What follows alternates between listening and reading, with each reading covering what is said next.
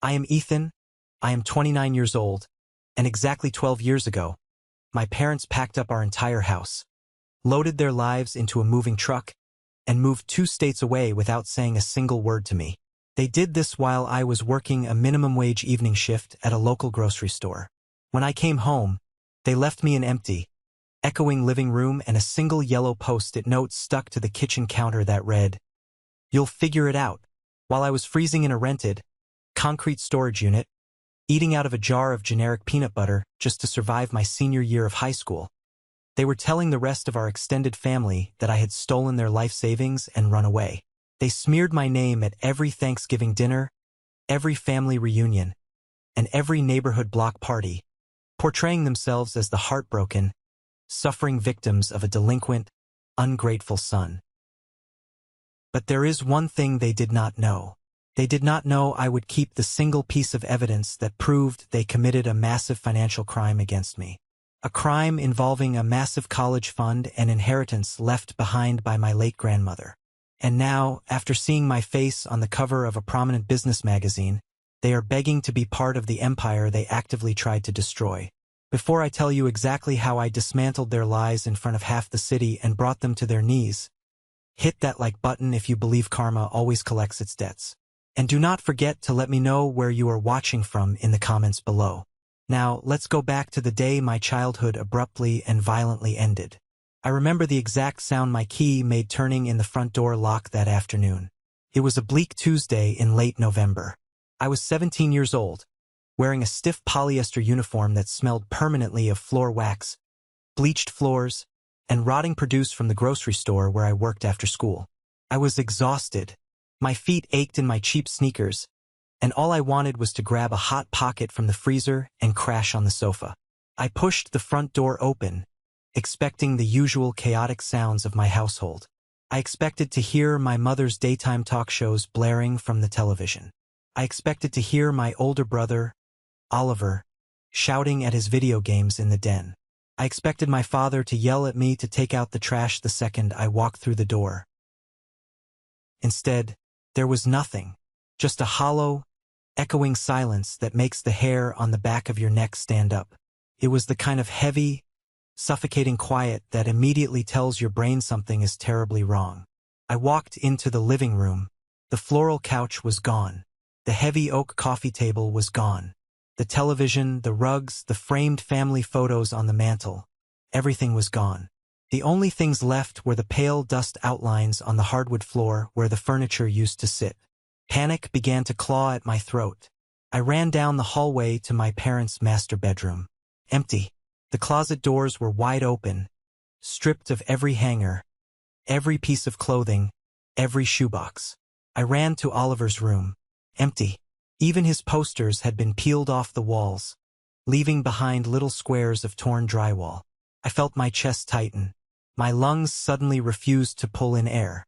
I stumbled backward into the kitchen, my work boots squeaking on the linoleum, trying to make sense of an impossible situation. Was it a robbery? But robbers do not take family photo albums and old winter coats. And that was when I saw it. Sitting alone on the bare kitchen island was a single bright yellow square of paper. I walked over to it, my hands shaking uncontrollably. It was my mother's distinct, looping handwriting in blue ink, for words that would be burned into my retinas for the rest of my life. "You'll figure it out." I did not scream. I did not cry right away.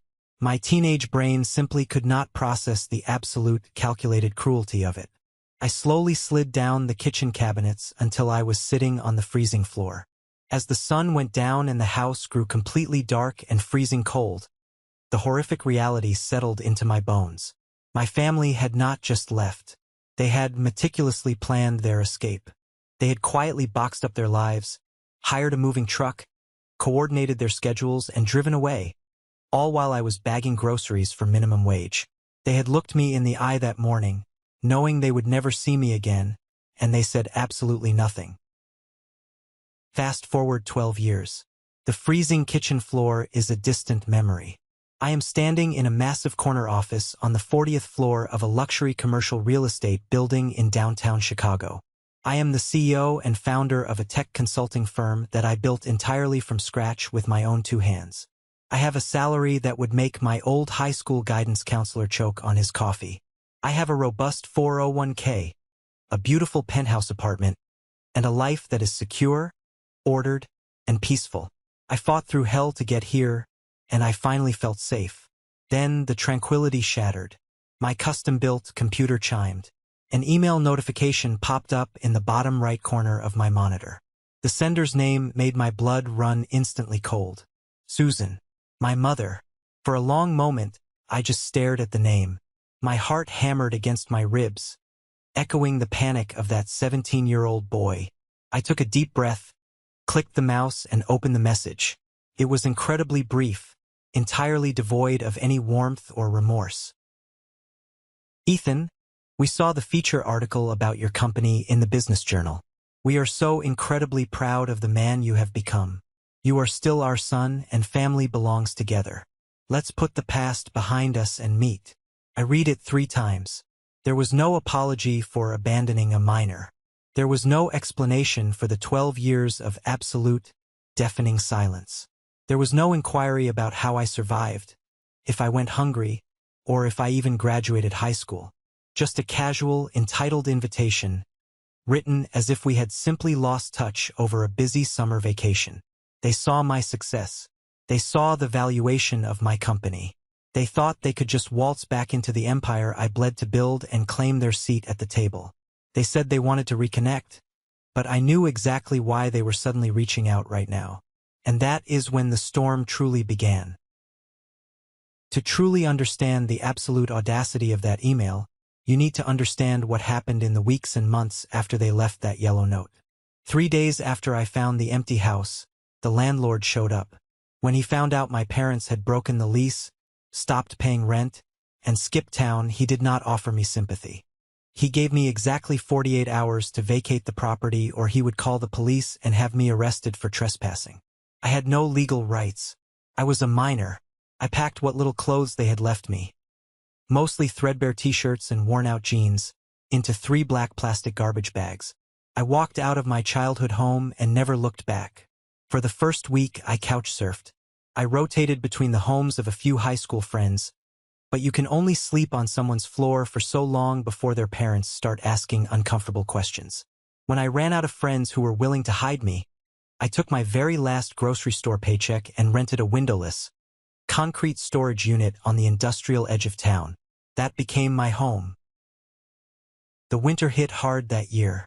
I slept on a pile of discarded winter coats I found at a thrift store. I would wake up at dawn, my breath pluming in the freezing air of the metal box, and sneak into the local YMCA. I used their facilities to shower, shave, and brush my teeth, so I would not smell like a homeless teenager when I sat in my high school classrooms. My diet consisted entirely of generic brand peanut butter eaten with a plastic spoon, tap water from public fountains, and whatever leftover bruised fruit they let me take home from the grocery store. Every single night, as the freezing wind rattled the corrugated metal door of my storage unit, I played my parents' words over and over in my head. My father used to look at me across the dinner table, his eyes full of contempt, and call me a useless burden. He would say I was a drain on his finances.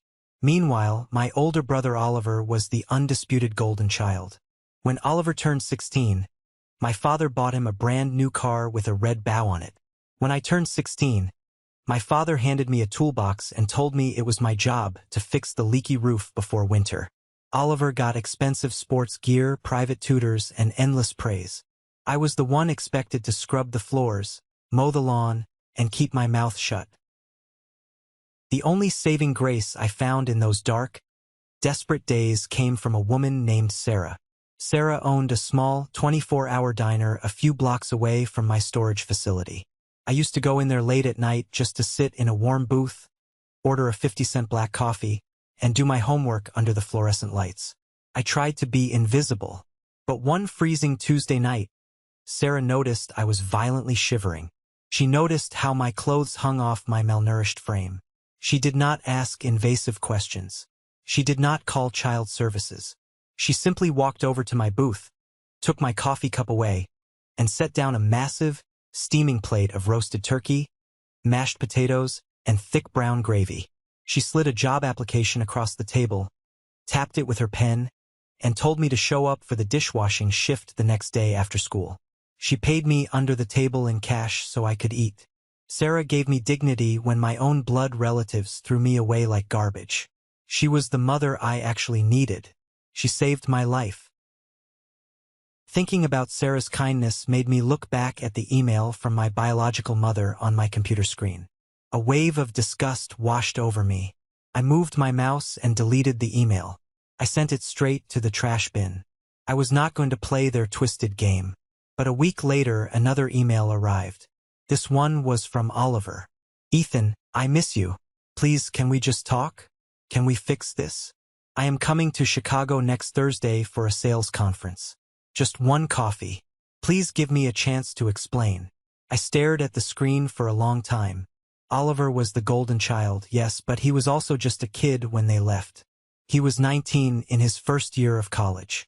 Part of me, the broken, lonely 17-year-old part that still lived deep inside my chest, wondered if Oliver was a victim too. Maybe they manipulated him. Maybe they forced him to leave. I replied with a time and the address of a busy, upscale coffee shop right across the street from my office building. When I walked into the cafe on Thursday afternoon, I recognized him immediately. He looked older, slightly heavier around the middle, dressed in a mid-range, off-the-rack suit that looked a little desperate compared to the tailored clothing of the financial district crowd. He stood up nervously, awkwardly extending his arms to initiate a hug. I kept my hands firmly in my pockets and offered a curt nod. We sat down across from each other. Oliver immediately launched into a heavily rehearsed script. He pushed a paper napkin to his eyes, wiping away tears that did not quite seem to fall. "Ethan, I am so incredibly sorry," Oliver said, his voice cracking. "I was just a stupid kid. Mom and Dad told me you wanted to stay behind. They told me you had a solid plan to live with a friend's family so you could finish your senior year at your own high school. I did not know you were out on the streets. I swear to you on my life, Ethan, I did not know they left you with nothing." I sat perfectly still. I watched his face, analyzing every micro-expression. I let the silence stretch out, making him squirm uncomfortably in his leather chair. 12 years, Oliver," I finally said, my voice completely flat and devoid of emotion. "In 12 long years, you never once picked up a phone. You never once sent a letter to my old high school. You never once tried to find out if I was dead or alive." Oliver leaned forward, lowering his voice, looking around as if someone might overhear us. "That is not true. I swear, Ethan. I thought about you every single day. I worried about you constantly. I even found your LinkedIn profile about 5 years ago. I saw that you were living in Chicago and starting your own consulting business. I was so proud of you, man. I really was." He stopped talking, waiting for me to smile, waiting for absolution. But the damage was already done. He had just handed me the rope to hang his entire argument. "You found my LinkedIn 5 years ago?" I asked slowly, leaning back in my chair, keeping my eyes locked on his. Oliver blinked, realizing his fatal mistake a second too late. "Well, yes, but you didn't message me," I interrupted, my voice dropping an octave. "You knew exactly where I was. You knew what city I lived in, what company I ran, and that I was alive. You were 24 years old. You were a grown man with a job and a life. Why didn't you reach out then?" Oliver looked down at his half-empty coffee mug. His jaw tightened. The facade of the heartbroken brother melted away, leaving only raw, selfish cowardice. "Mom and Dad, they still help me out financially, Ethan," he mumbled, refusing to make eye contact. "They still pay for my housing. They help cover my car lease. If they found out I contacted you behind their backs, they would have cut me off entirely. You know how Dad gets. He would have ruined my life. I couldn't risk my lifestyle." There it was, the absolute, unvarnished, disgusting truth. He had known I was alive, and he knew I was building a company from the ground up, but keeping his monthly allowance and his lease car was vastly more important than checking on his homeless brother. I stood up from the table, buttoning my suit jacket. I did not shout. I did not make a scene. I looked down at the man who shared my DNA and felt absolutely nothing. No anger, no sadness. Just pity. "Have a safe flight back home, Oliver," I said, dropping a crisp $20 bill on the table for my coffee. I turned and walked out the door into the bitter Chicago wind, knowing that this was not a family reunion. It was a reconnaissance mission. They were testing the waters, and I had just shown them I was not the same naive kid they abandoned. I thought the worst was over. I thought walking away would be the end of it. I was so incredibly wrong. 2 days after my deeply disappointing meeting with Oliver, the real barrage began. The reconnaissance mission was over. They were now declaring open warfare. I was sitting at my desk reviewing a quarterly financial report when my personal cell phone buzzed. It was an unknown number from out of state. Against my better judgment, I answered it. "Ethan? It's Mom." Susan's voice trembled through the speaker, dripping with that practiced, theatrical sorrow she always used to get her way at the neighborhood HOA meetings or church bake sales. "Oliver called us. He told us you walked out on him at the coffee shop. Ethan, why are you being so cruel and heartless? We are your family. We love you. You lost the right to use the word family 12 years ago," I replied, my voice hard.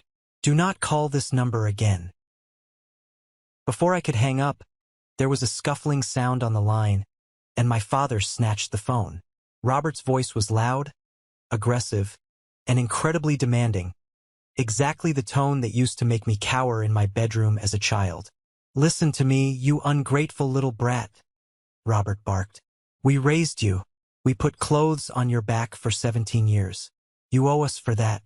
We are facing some extreme financial hardships right now. Your brother Oliver's son, your nephew, needs emergency surgery, and our health insurance will not cover it. You are sitting in a glass tower making millions. You owe your family. Transfer $50,000 to our bank account by Friday, or I will personally come down to Chicago and teach you some respect in front of your employees." I ended the call immediately and blocked the number. My hands were shaking, not from fear, but from pure, unadulterated rage. They were using a phantom surgery for a nephew I had never even met to extort money from me. They thought they could bully me just like they did when I was a helpless teenager. I immediately picked up my office phone and called down to the lobby. I asked to speak to Brenda, the head of building security. Brenda was a tough, no-nonsense woman in her 50s who treated the building like her personal fortress. I gave Brenda a detailed physical description of both my parents. I gave her explicit, unwavering instructions. If anyone matching those descriptions showed up at the building, they were not to be let past the lobby doors under any circumstances. If they caused a scene, she was authorized to call the police immediately. That Friday, I was in the middle of a highly sensitive board meeting with potential investors when my executive assistant, Maria, walked into the conference room. She looked pale and visibly shaken. She bypassed everyone and handed me a folded note. It read, "Your parents are in the lobby. Your mother is lying on the floor. They are calling an ambulance." I calmly excused myself from the investors, walked into my private office, and pulled up the building's live security camera feed on my monitor. Down in the pristine marble lobby of my luxury high-rise, it was absolute chaos. Susan was lying flat on her back on the polished stone floor, clutching her chest, her eyes squeezed shut in agony. It was a spectacular performance.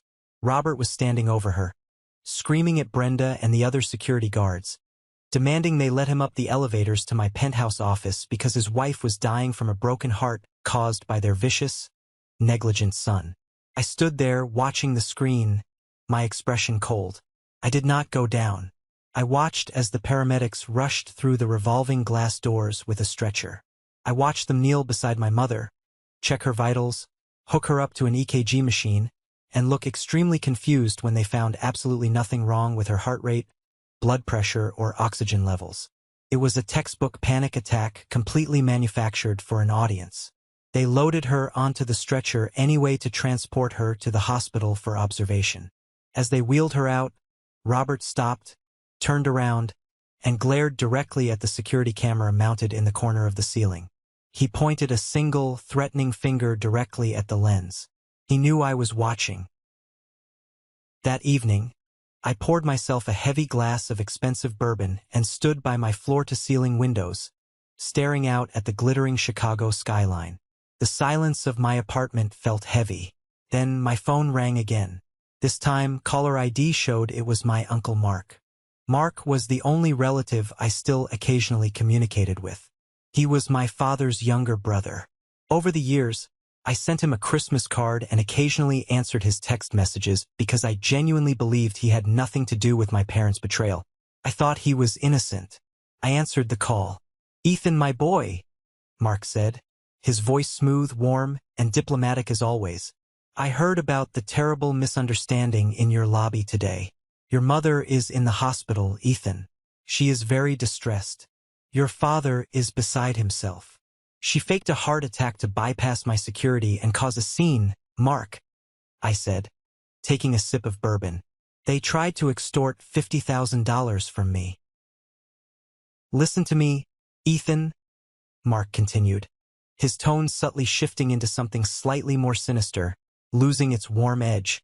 "You are a highly successful CEO now. You have a corporate reputation to uphold. Your company's brand is built on trust and integrity. It would look absolutely terrible for your corporate image if a story leaked to the press about you abandoning your sick, elderly parents out in the cold. Just give them the money, Ethan. Protect your brand. It is just the cost of doing business." I froze. My blood ran cold. That was not a request from a concerned uncle. That was a thinly veiled threat of corporate blackmail. I hung up the phone without another word. The betrayal cut deep.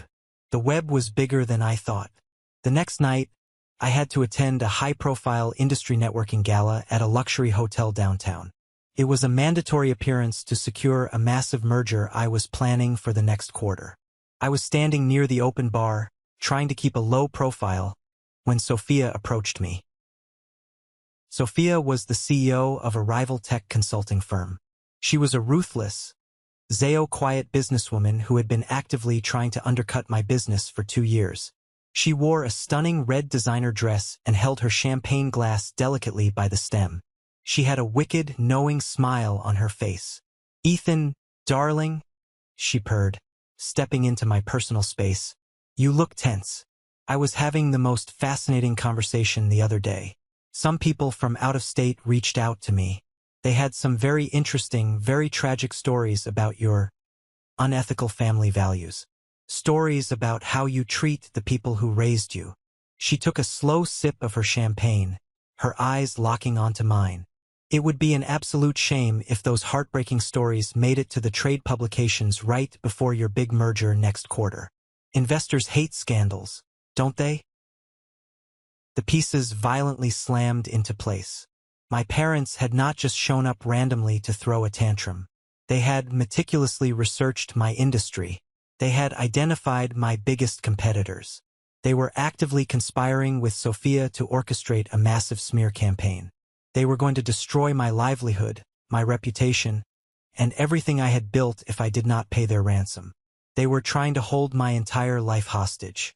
I did not say a word to Sophia. I simply turned around, walked straight out of the gala, handed my valet ticket to the attendant, and got into my Porsche. I locked the doors, connected my phone to the Bluetooth, and dialed my lawyer, David. David was a shark. He wore tailored suits, worked 80-hour weeks, and was the kind of attorney who genuinely enjoyed dismantling people in court for sport. "David," I said, gripping the leather steering wheel until my knuckles ached, "I need you to run a full background check, an asset search, and a complete financial history on my parents, Robert and Susan. Pull every public record, every tax lien, every real estate transaction, every bank loan from the last 15 years. Leave no stone unturned. They are trying to extort me." "Consider it done, Ethan," David replied, the excitement evident in his voice. "I will tear their lives down to the studs." I was ready for a brutal, drawn-out war. But the very next morning, a completely unexpected visitor arrived at my front door. carrying a dark secret that would change the trajectory of my entire life. I opened the heavy mahogany door to my penthouse apartment, expecting to see a courier delivering legal documents from David. Instead, I found a young woman standing in the hallway, looking utterly exhausted and terrified. She had dark bags under her eyes, her hair was disheveled, and she was holding a sleeping toddler tightly against her chest. When she shifted her weight, the sleeve of her jacket slipped up, revealing a dark, purple bruise forming aggressively on her left forearm. "Ethan?" she asked softly, her voice barely above a whisper. "I am Qley. I am Oliver's wife. This is your nephew, Leo." I was stunned, but I immediately stepped aside and ushered her inside. I locked the door behind her, directed her to the soft velvet sofa in my living room, and brought her a glass of cold water. Qley looked around my expansive apartment, taking in the floor-to-ceiling windows and the modern art on the walls, her eyes wide with a mixture of awe and absolute desperation. She took a trembling sip of water before looking back at me. "Oliver does not know I am here," she said, her hands shaking so badly the ice clinked against the glass. "I had to come. I drove straight here from the suburbs. I couldn't carry this burden anymore. Your parents, Ethan, they are monsters." I sat in the armchair across from her, keeping my voice calm and gentle so as not to wake the sleeping child. "Take your time, Qley. Tell me exactly what happened." Qley took a deep, shuddering breath. "For 12 years, Robert and Susan told our entire extended family, and me, that you were a severe drug addict. They said you stole $80,000 in cash from a safe in their bedroom, emptied their checking accounts, and ran away in the middle of the night to buy drugs. They cried at every family gathering. They said they spent years hiring expensive private investigators to track you down, but that you were a lost cause and didn't want to be found." My jaw clenched so hard my teeth ached. They had not just abandoned me to freeze in a storage unit. They had systematically assassinated my character for over a decade to justify their own horrific crimes. They made themselves the martyrs. "A few weeks ago, when they saw that Feature magazine article about your consulting company, they went completely crazy," Qley continued, wiping a tear from her cheek. "They realized you had real money. They told Oliver they were going to go to Chicago and get what you owed them. Yesterday, when I found out they went to your office building and your mother faked a medical emergency in the lobby, I couldn't take it anymore. I confronted them in my own kitchen. I told Robert the First was going to call you, tell you the truth about their lies, and apologize on behalf of the family." Qley subconsciously reached over and touched the dark bruise on her arm. She squeezed her eyes shut. "Robert grabbed me. He squeezed my arm so hard I thought the bone would snap, and he threw me against the kitchen counter. He leaned in and told me that if I ruined their payday, he would make sure Oliver filed for divorce immediately. He said they would hire the best lawyers and take full custody of Leo, and I would never see my son again. When Oliver just stood there and said nothing to defend me, I packed a bag, grabbed my son, and drove straight here. I looked down at the sleeping toddler. My nephew, the innocent boy they used as a pawn to try and extort $50,000 for a fake surgery. A cold, absolute, terrifying fury settled deep into my chest. This was no longer just about me. This was no longer about a 17-year-old boy who was left behind. They were actively terrorizing a mother, physically assaulting a woman, and threatening a child. "You are safe here, Qley," I said, my voice vibrating with absolute certainty. "They will never touch you or Leo again. I promise you that on my life." While Qley and Leo slept safely in my secure guest room, my phone rang. It was Detective Hayes from the Chicago Police Department. "Mr. Ethan, we are responding to a reported break-in at your brother Oliver's residence in the suburbs. The place was completely ransacked. Drawers emptied, files destroyed. Oliver claims it was a random burglary, but several neighbors reported seeing a vehicle perfectly matching your father's car speeding away from the scene. They had broken into their own son's house to steal documents, passports, and personal items to intimidate Oliver and Qley into staying quiet. I gave Detective Hayes my address and told him to immediately send an officer to my apartment to take Qley's official statement regarding the physical assault and domestic violence. I was going to build a fortress around her. An hour later, my lawyer, David, walked into my apartment. He didn't bother greeting me. He walked straight into the kitchen and threw a thick, heavy manila folder onto the marble island. I pulled their financial records, just like you asked, David said, a predatory, victorious grin spreading across his face. You were right to be suspicious. Ethan, your parents didn't flee the state 12 years ago because they were broke or facing bankruptcy. They fled because they were hiding a massive, undeniable felony. I opened the folder. Inside were dozens of copies of bank statements from a high-yield trust account. When your grandmother passed away, she left a substantial college fund specifically in your name. Because you were a minor, your parents were the legal custodians of that account, David explained, aggressively pointing to a highlighted line of numbers on the paper. 2 months before they abandoned you, they forged legal documents and liquidated the entire account. Exactly $80,000. They used it to pay off illegal gambling debts your father had racked up, and used the rest to buy an investment property out of state under a shell corporation. Then, they vanished before you turned 18 and could legally demand an audit of the funds. I stared at the paperwork. The black ink on the page validated every ounce of suffering, every freezing night, every hunger pang I had endured. They had not just left me to starve. They had systematically stolen my future to fund their own reckless delusions, and then painted me to the world as the thief to cover their tracks. But that is not even the best part, David said, tapping a second document with a freshly manicured finger. Look at the notary signature on the withdrawal forms. I looked closely. The signature was sloppy, but entirely recognizable. It belonged to Uncle Mark.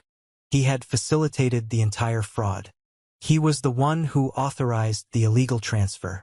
That is why he called me, trying to force me to pay them off. He was protecting himself. I looked up at David, the cold, calculating reality settling in. I had the weapon. I had the irrefutable proof. And I knew exactly where and when I was going to use it. David, I said, my voice dangerously calm, devoid of any hesitation. Next Thursday is the annual charity gala for the Children's Foundation. Victor, the CEO of my biggest client, is hosting it. It is the biggest corporate event of the year. My parents know I will be there. Sophia knows I will be there. I guarantee you they will try to crash it to cause a massive public scene and force a settlement. David nodded slowly, a dark understanding lighting up his eyes. And what do you want to do when they show up at the door? We are not going to call security, I said. We are going to let them in. We are going to let them take the stage. And then, David, we are going to execute them in front of everyone. Let's pause for a moment. Thank you for staying with me this far. You're truly amazing. Please help me by liking the video and commenting the number 1 below so I know you've been here with me until this point. This not only helps more people discover this story, but also lets me know that my experiences mean something to someone. Your support is the greatest motivation for me to keep sharing the rest of this journey. The Monday morning of our court date arrived with a bitter, biting chill in the Chicago air, the kind of cold that seems to seep directly into your bones. I stood in front of the floor-to-ceiling mirror in my penthouse bedroom, meticulously buttoning a charcoal gray bespoke suit. I was not dressing to impress my parents. I was dressing for war. I was dressing to project absolute, impenetrable authority. Beside me on the bed lay the thick, heavy legal binder my lawyer, David, had prepared over the weekend. It contained every piece of evidence, every police report, and every financial record we needed to secure a permanent restraining order against the people who brought me into this world. I took a deep breath, adjusting my tie. I looked at the man in the mirror. He was a long way from the terrified 17-year-old boy shivering in a concrete storage unit. Today, that boy was finally going to get his justice. I met Qley, Oliver, and David outside the imposing stone steps of the county courthouse. The sky was an unforgiving, flat gray. Qley looked exhausted but incredibly resolute, holding tightly to Oliver's arm. She wore a simple black dress, her posture radiating the protective ferocity of a mother who refused to let her child be weaponized.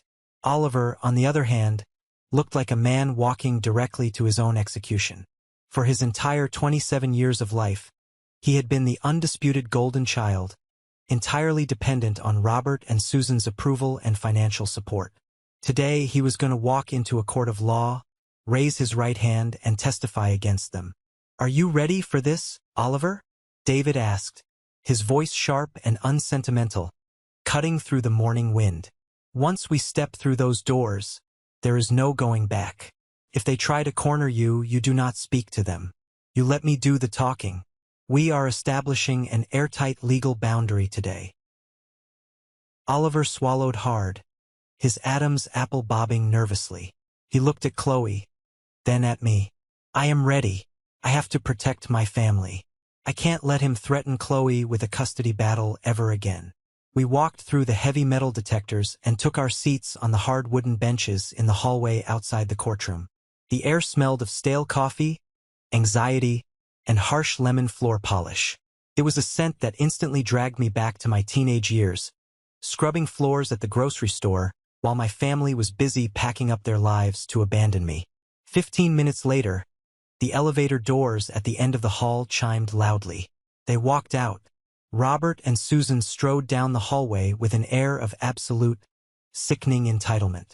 My mother was wearing a conservative, expensive-looking navy dress, clutching a designer handbag in one hand and a tissue in the other, already preparing her props for her victim performance. My father walked with his chest puffed out, an arrogant, dismissive smirk playing on his lips. Following closely behind them was Uncle Mark, playing the role of the concerned, supportive family patriarch. They did not have a lawyer with them. Robert's ego was so incredibly massive he genuinely believed he could simply walk into a courtroom, sweet-talk a judge into forcing a family reconciliation, and guilt-trip me into dropping the case to avoid public embarrassment. When my father's eyes locked onto mine from across the hall, he did not look ashamed. He looked furious. He glared at Qley, silently promising her a vicious, drawn-out divorce process and a living hell, just like he had threatened in her kitchen. But when his eyes landed on David, the shark-like attorney standing casually by my side with a predatory smile, I saw a brief, undeniable flicker of uncertainty cross Robert's face. The heavy wooden doors opened, and the bailiff called our case. We filed into the courtroom. The wood-paneled room was dead silent, save for the clicking of the court reporter's keyboard. The judge was a no-nonsense woman in her late 50s with sharp eyes and a stern jawline. She looked over her reading glasses at my parents, then down at the extensive, meticulously tabbed file David had submitted to the clerk. Robert stood up immediately, not waiting to be acknowledged. He rested his hands on the defense table, leaning forward as if he were addressing a room full of his subordinate employees. "Your Honor," Robert began, his voice booming with fake warmth and practiced charisma. "This entire proceeding is a massive misunderstanding. It is simply a family squabble blown entirely out of proportion by my youngest son. We love our boys. We are simply trying to reconnect with Ethan after a very long, tragic estrangement. We haven't broken any laws. My wife has a fragile heart condition, and the stress these boys are putting her through is absolutely unconscionable." The judge stared at him for a long, painfully quiet moment. She did not blink. "Mr. Robert, you will sit down," the judge commanded, her voice cracking through the room like a whip. "You will speak when spoken to. And according to the certified medical records subpoenaed from the paramedics who treated your wife in the lobby of the plaintiff's building last week, her heart condition is entirely non-existent. You orchestrated a fraudulent medical emergency to bypass private security and harassed the plaintiff at his place of business." Susan let out a dramatic, muffled sob into her tissue, shaking her shoulders to make sure everyone saw her distress. 12 years ago, that performance would have made me feel immensely guilty. Today, it just made me sick to my stomach. David stood up smoothly, buttoning his suit jacket. "Your Honor, we are requesting a strict, multi-year restraining order protecting my client, Ethan, as well as his sister-in-law Qley and her minor child, Leo. We have submitted time-stamped security footage of the defendants aggressively trespassing. We have submitted photographic evidence of the physical bruising left on Qley's arm after Robert physically assaulted her in her own home. And we have police reports documenting a forced entry break-in at Oliver and Qley's residence, where the defendants stole personal identification documents in a blatant attempt at witness intimidation. The judge turned her piercing gaze to Oliver, who was sitting rigidly next to Qley. Sir, you are the biological son of the defendants. Are you testifying under oath that you feel your wife and child are in physical danger from your own parents? Oliver stood up. His hands were shaking so violently, he had to grip the edge of the heavy wooden table to steady his body. He looked across the aisle at the people who had raised him. Robert was staring daggers at him, his face twisted in silent rage, silently mouthing the word, "Don't." Susan was holding her breath, waiting for the golden child to protect them like he always did. "Yes, Your Honor," Oliver said. His voice cracked on the first syllable, but then he took a deep breath, and he found his strength. "They broke into my home. My father physically assaulted my wife because she threatened to expose their lies to my brother. They have used money, guilt, and fear to control me my entire life. I am terrified of what they will do next to my son." The silence in the courtroom was absolute and deafening. The golden child had just completely shattered the illusion. The perfect family facade was broken forever. The judge didn't need to hear another word. She looked at Robert and Susan with pure disgust. She picked up her wooden gavel and slammed it down with a sharp, final crack. Based on the overwhelming evidence of harassment, the documented physical assault, and the pattern of extreme intimidation, I am granting a full 3-year restraining order, the judge declared. Robert and Susan, you are to remain 500 feet away from Ethan, Oliver, Qley, and the minor child at all times. You are prohibited from contacting them directly, electronically, or through any third parties. If you violate this order in any capacity, you will be immediately arrested and jailed without bail. We are adjourned. My parents looked absolutely stunned. The color completely drained from Robert's face, leaving him looking pale and old. They had never, not once in their privileged lives, faced real legal consequences for their actions. As we walked out of the courtroom and back into the harsh fluorescent lighting of the hallway, Uncle Mark tried to approach me. He raised his hands in a placating, diplomatic gesture, his face twisted in a forced smile. "Ethan, please be reasonable. This is a disaster for the family reputation. You don't want this on the public record?" "Mark," David interrupted, stepping cleanly and aggressively between us. "If you take one single step toward my client, I will personally call the bailiff and have you arrested right here in this hallway for violating the third-party contact clause of the order we just secured. Back off." Mark went pale, swallowed hard, and scurried back to stand behind my parents. We had won the battle. We had the legal protection. But as I watched my father glare at me from down the hall, his eyes burning with humiliated rage, I knew the war was far from over. Restraining orders are just pieces of paper to narcissists who believe the rules of society do not apply to them. I knew my father's massive ego could not handle being publicly humiliated and legally bound by the son he viewed as garbage. I knew he was going to retaliate, and I knew exactly how he was going to do it. Thursday night was the annual charity gala for the Children's Foundation. It was the most prestigious, exclusive corporate event of the year in Chicago. Every major CEO, real estate developer, and tech mogul in the Midwest would be there, including Victor, the billionaire CEO of my firm's largest client account. Victor had been a mentor to me for years, practically the surrogate father I never had. My parents knew all about the gala because it had been heavily publicized in the business journals. Sophia, my bitter corporate rival, also knew I would be there. I had a gut feeling, a cold, unwavering certainty in my bones, that Sophia had reached out to my parents immediately after the court ruling. I knew they were plotting to crash the event. They thought if they ambushed me in front of the wealthiest, most powerful people in the city, if they screamed about how ungrateful and cruel I was to my poor, sick mother, I would fold under the pressure. They thought I would write them a massive check just to make the public embarrassment stop and protect my corporate salary and business reputation. They thought they were walking into my worst nightmare. But in reality, they were walking blindly into a meticulously designed trap. I sat in my penthouse living room with David late that Wednesday night, finalizing the plan over a glass of bourbon. We had the manila folder. We had the certified bank records.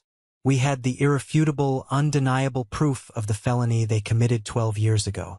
"Are you absolutely sure you want to do this, Ethan?" David asked, sipping his drink, his eyes scanning the documents. "If we execute this publicly, it is going to be explosive. The press will cover it. Your personal life, the abandonment, everything will be front-page news. It will be messy. I have spent 12 years hiding from the shame they forced onto me," I said, staring out at the glittering city lights, feeling a profound sense of calm wash over me. "They stole my grandmother's college fund. They stole my inheritance. They left me in a freezing storage unit to starve. And now they are trying to destroy the empire I built. I am not hiding anymore, David. Tomorrow night we open the doors, and we let them dig their own graves." The trap was fully set. The bait was laid out. The blinding arrogance of my parents was going to be their ultimate undoing. The grand ballroom of the Ritz-Carlton was a breathtaking sea of crystal chandeliers, bespoke tuxedos, and designer evening gowns. The air smelled of expensive champagne, roasted truffles, and the intoxicating, heavy scent of raw financial power. A string quartet played softly in the corner, providing an elegant backdrop to the quiet murmurs of corporate titans negotiating deals worth millions. I stood near the main stage, wearing a perfectly tailored black tuxedo, holding a glass of sparkling water. To my right stood Victor, the billionaire CEO, a man whose mere presence commanded the absolute respect of the entire room. To my left stood David, holding a sleek black leather briefcase close to his side. "You have had a phenomenal year, Ethan," Victor said, clapping a heavy, fatherly hand on my shoulder. "That massive promotion you secured for your executive team last quarter, the aggressive new real estate acquisitions your firm managed. You are building a real legacy here in Chicago. Your grandmother would be incredibly proud of the man you have become."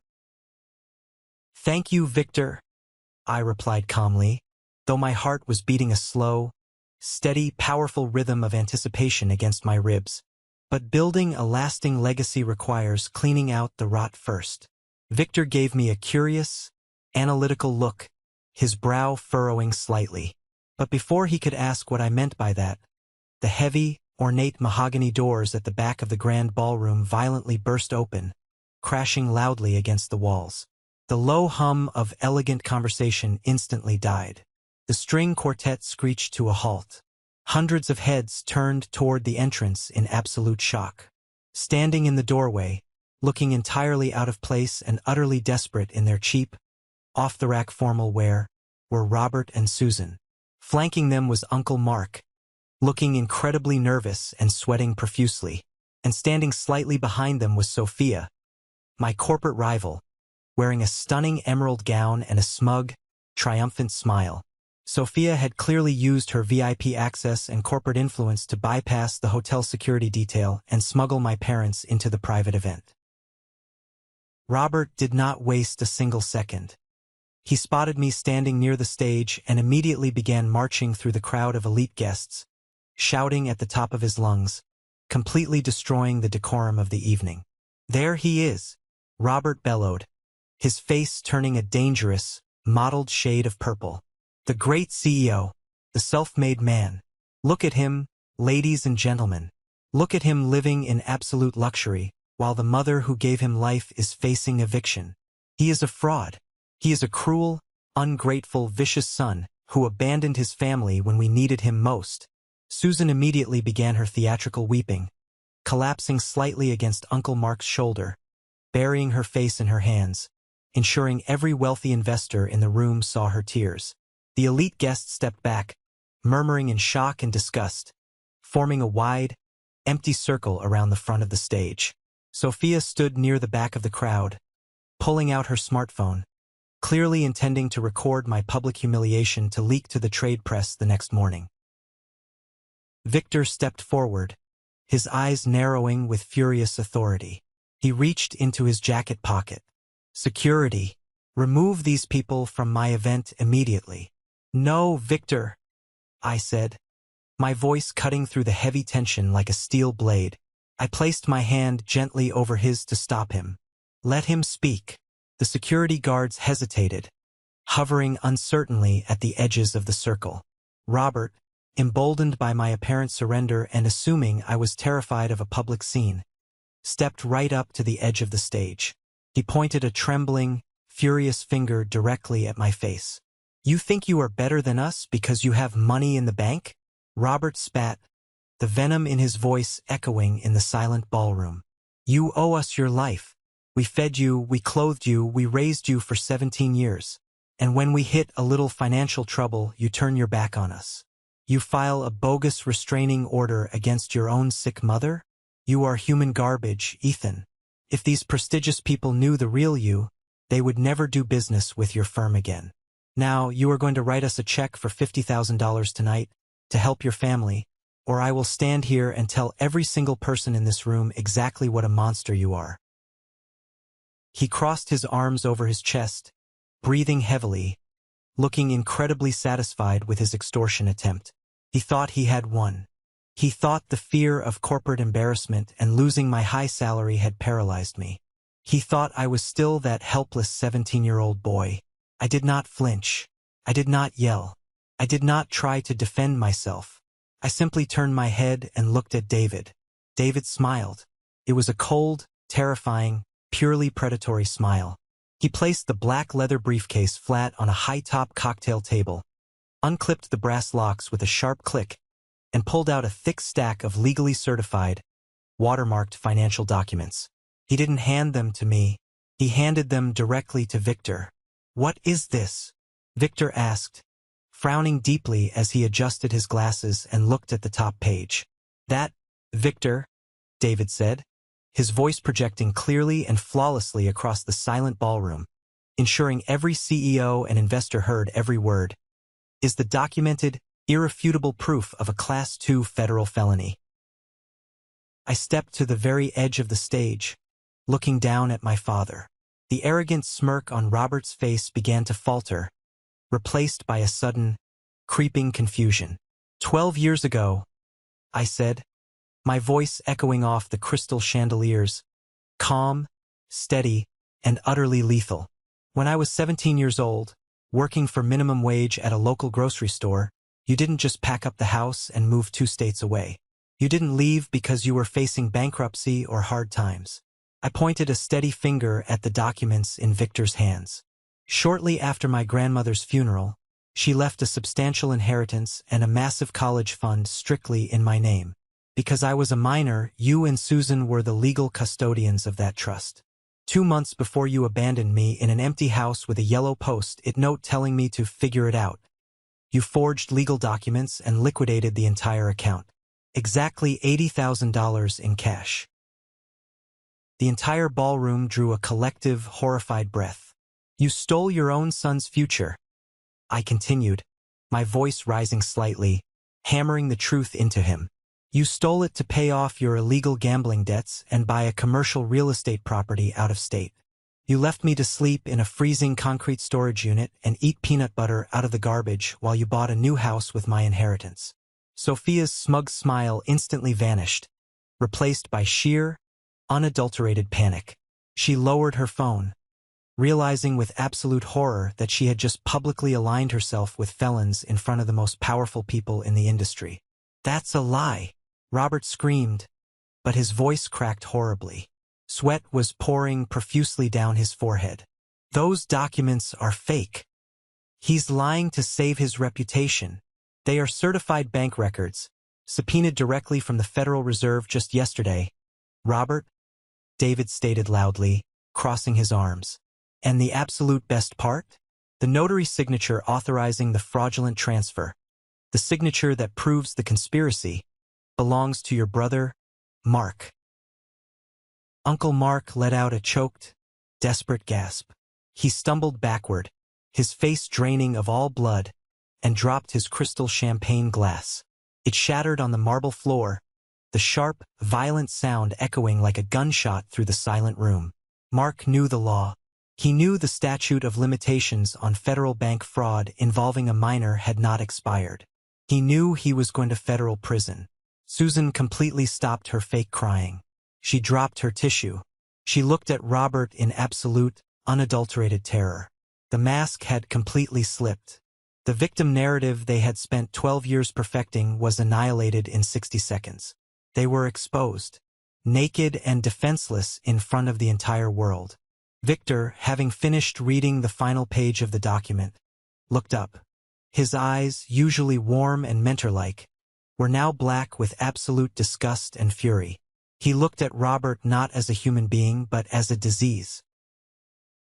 "In my world," Victor said, his voice dropping to a low, dangerous rumble that commanded absolute, terrified silence. "We play hardball. We fight for market share. We are ruthless in business. But a man who steals his own child's college fund, a man who leaves his teenage son homeless to cover a gambling debt, that is not a man. That is a parasite, and I do not allow parasites in my ballroom." Victor snapped his fingers. The head of hotel security, accompanied by 3 uniformed Chicago police officers, pushed forcefully through the crowd. David had called them 30 minutes before my parents even arrived. "Officers," David said smoothly, pulling a folded piece of paper from his inner jacket pocket. "These 3 individuals are currently in direct, intentional violation of a court-mandated, 3-year restraining order protecting my client. They were legally served the paperwork on Monday. Furthermore, they are attempting to extort money. I demand their immediate arrest." "No, wait. Ethan, please," Susan shrieked, her voice shrill and utterly desperate as a police officer firmly grabbed her arm, spun her around, and pulled her hands behind her back. "We're your parents. You can't do this. We love you. Ethan, stop them. You love the money, Susan," I said, looking down at her from the stage as the heavy metal handcuffs clicked loudly around her wrists. "You never loved me." Robert tried to pull away from the officers, swearing violently, kicking at the air, his face completely red. It took 2 heavily built cops to wrestle him to the floor and force him into cuffs. He looked like a wild, pathetic animal. Uncle Mark didn't fight at all. He just held his hands out, weeping silently, knowing his comfortable life was completely ruined by his own greed. The elite crowd watched in stunned, breathless silence as my biological parents and my uncle were frog-marched out of the Ritz-Carlton ballroom in handcuffs. Their cheap evening wear rumpled, their dignity entirely shredded. I turned my gaze to Sophia, who was trying to quietly and desperately slip out the side door. "Sophia," I called out. She froze instantly, her back stiffening. "I have already forwarded the security footage of you smuggling them in here to the ethics board of your parent company. Expect a massive lawsuit for corporate sabotage, harassment, and defamation on your desk by Monday morning." Sophia looked like she was going to be physically sick. She practically ran out the door, her career entirely over. I turned back to Victor. He handed the documents back to David, then looked at me with a profound, newfound respect. He picked up 2 fresh glasses of champagne from a passing waiter and handed one to me. "To taking out the trash," Victor said quietly. "To taking out the trash," I replied, clinking my crystal glass against his. I took a slow sip, tasted like absolute, unparalleled freedom. The fallout from the charity gala was incredibly swift, utterly brutal, and entirely merciless. By Tuesday morning, the corporate world had completely devoured Sophia. Her parent company, absolutely terrified of the massive defamation and corporate sabotage lawsuit David had drafted over the weekend, immediately terminated her contract without a second thought. She was unceremoniously stripped of her CEO title, lost her golden parachute severance package, and was essentially blacklisted from the tech consulting industry anywhere in the Midwest. She packed up her office in a cardboard box and vanished. Uncle Mark's fate was even worse. He was facing severe federal charges for notary fraud, wire fraud, and financial conspiracy against a minor. because he was a coward terrified of dying in a federal penitentiary. He immediately took a plea deal and flipped on my parents. He handed over every email, every text message, and every bank receipt detailing exactly how they had meticulously planned the theft of my inheritance 12 years ago. He provided the prosecution with the nail in my parents' coffin. Robert and Susan spent the entire weekend in the county jail for violating the restraining order, because they were now facing massive civil litigation for me to recoup the stolen $80,000, plus a decade of compound interest, legal fees, and punitive damages. Their bank accounts were instantly frozen. They couldn't post bail. They had to sit in a cold cell in their formal wear until Monday morning. When they were finally released on their own recognizance pending trial, they returned to their home state only to find an absolute nightmare waiting for them. The IRS, tipped off by David's aggressive forensic accounting, had audited their shell corporation and placed a massive tax lien on their investment real estate. The bank foreclosed on their primary residence. They lost the house. They lost their leased cars. They were forced to pack whatever they could carry into garbage bags, a poetic irony, and move into a crumbling, low-income apartment complex on the industrial outskirts of their town.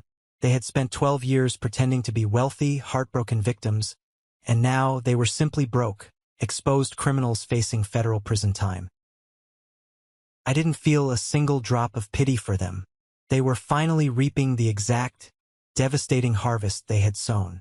A week after the gala, I was sitting in my penthouse apartment. The fireplace was crackling, casting a warm orange glow over the hardwood floors. The doorbell rang. It was Oliver. He walked in looking entirely exhausted, carrying a heavy bottle of expensive whiskey in a paper bag. He took off his winter coat, draped it over a chair, and slumped onto my velvet sofa. I went to the kitchen, grabbed 2 heavy crystal glasses, and sat down across from him. He poured the amber liquid in silence, handing me a glass.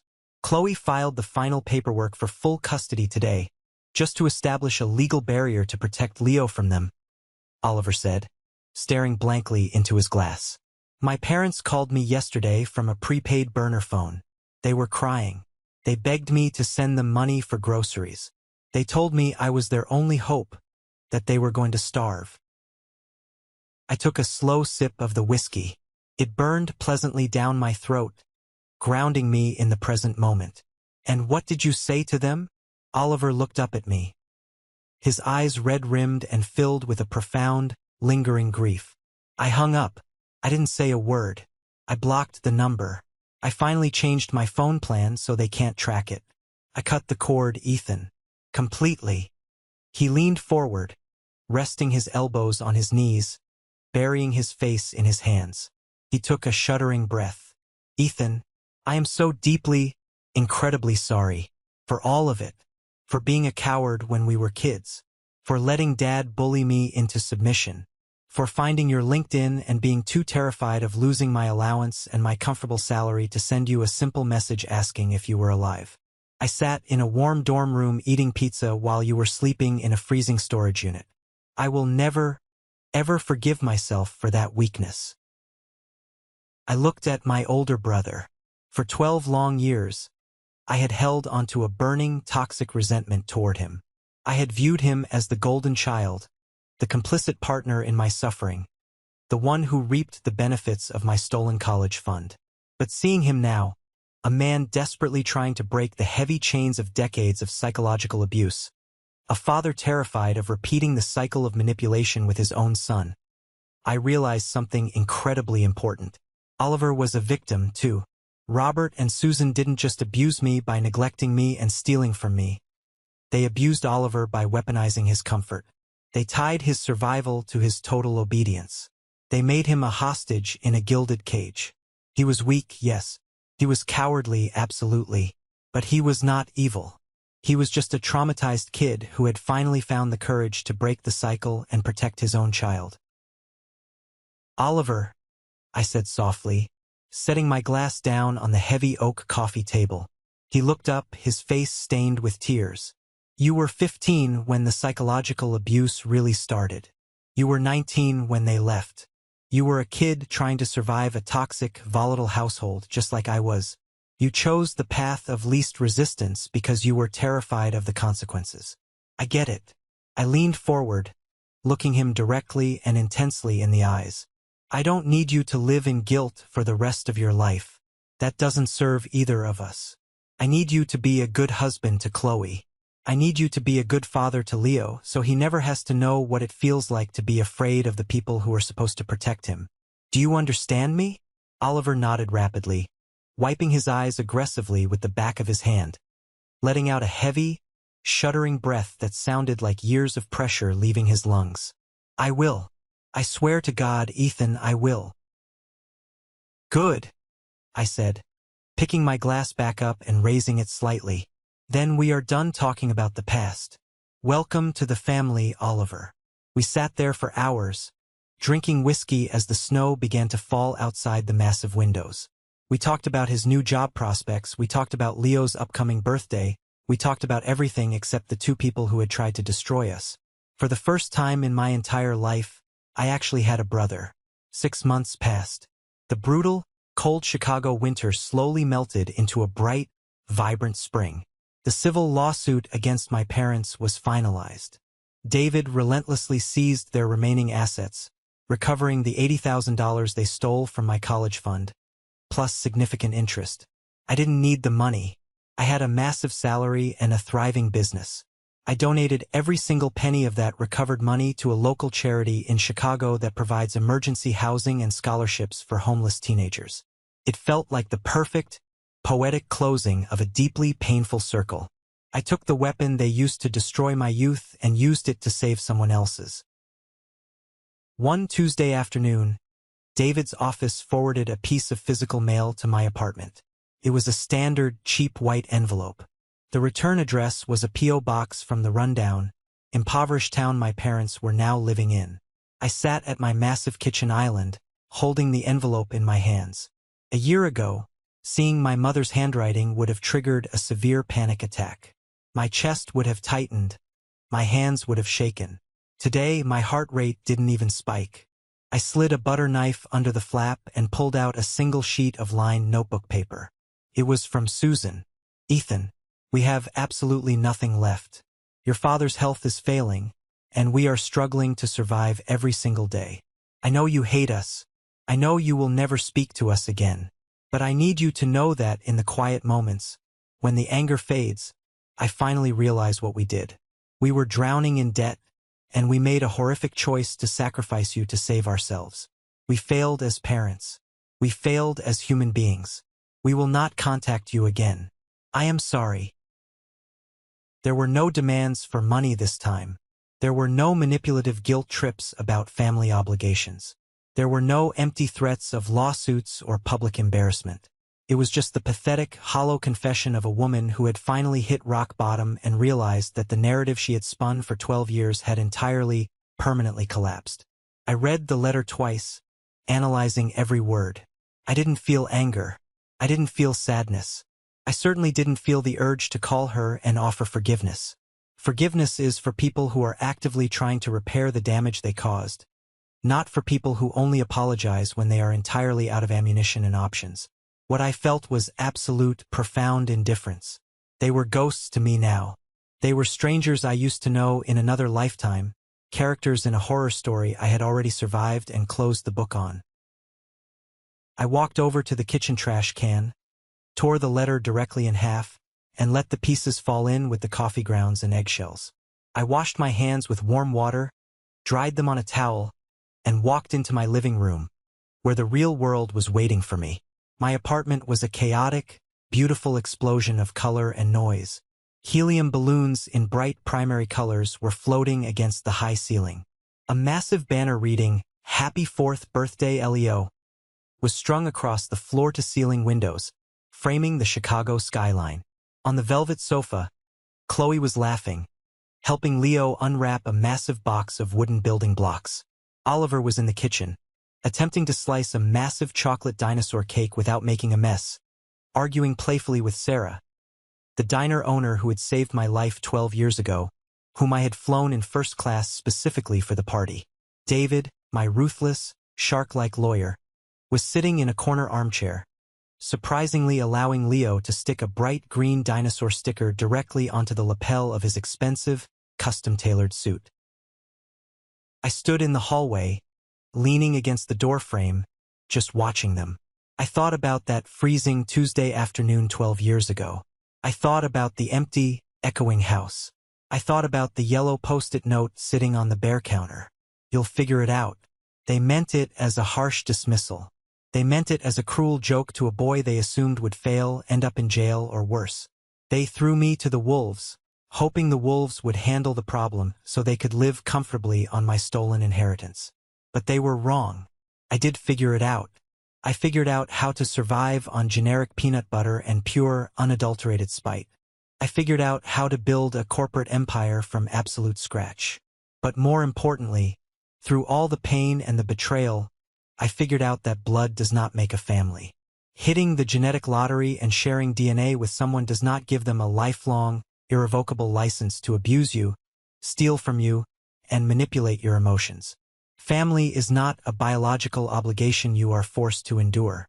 Family is a choice. Family is the woman in a diner who feeds a starving teenager at 2 a.m. Family is the brother who finally finds the courage to stand up to his abusers and break the cycle of generational trauma. Family is the sister-in-law who risks everything, including her own safety, to bring you the truth. Family is the people who choose to sit in your living room and celebrate life with you, simply because they love you, without any conditions or hidden agendas. I walked into the living room. Leo saw me, dropped his blocks, and sprinted across the hardwood floor, his little feet slapping against the wood. "Uncle Ethan!" he yelled, crashing into my legs. I scooped him up, spinning him around in the air until he squealed with pure, unfiltered laughter. Qley smiled at me from the couch, a warm, genuine smile of total peace and gratitude. Oliver walked over and handed me a massive slice of chocolate cake. I was 29 years old. I was a self-made man. I had survived the absolute worst they could throw at me, and for the first time in my entire life, standing in a room full of noise, laughter, and love, I was exactly where I belonged. I was home. Let's pause for a moment. Thank you for staying with me this far. You're truly amazing. Please help me by liking the video and commenting the number 1 below so I know you've been here with me until this point. This not only helps more people discover this story, but also lets me know that my experiences mean something to someone. Have you ever faced something similar with your own family? Have you ever had to draw a hard line and cut off the people who were supposed to protect you? Share your story in the comments below, and don't forget to like and subscribe so you don't miss the next journey. Remember, you are not defined by the people who abandoned you. You are defined by the life you choose to build afterward. Stay strong.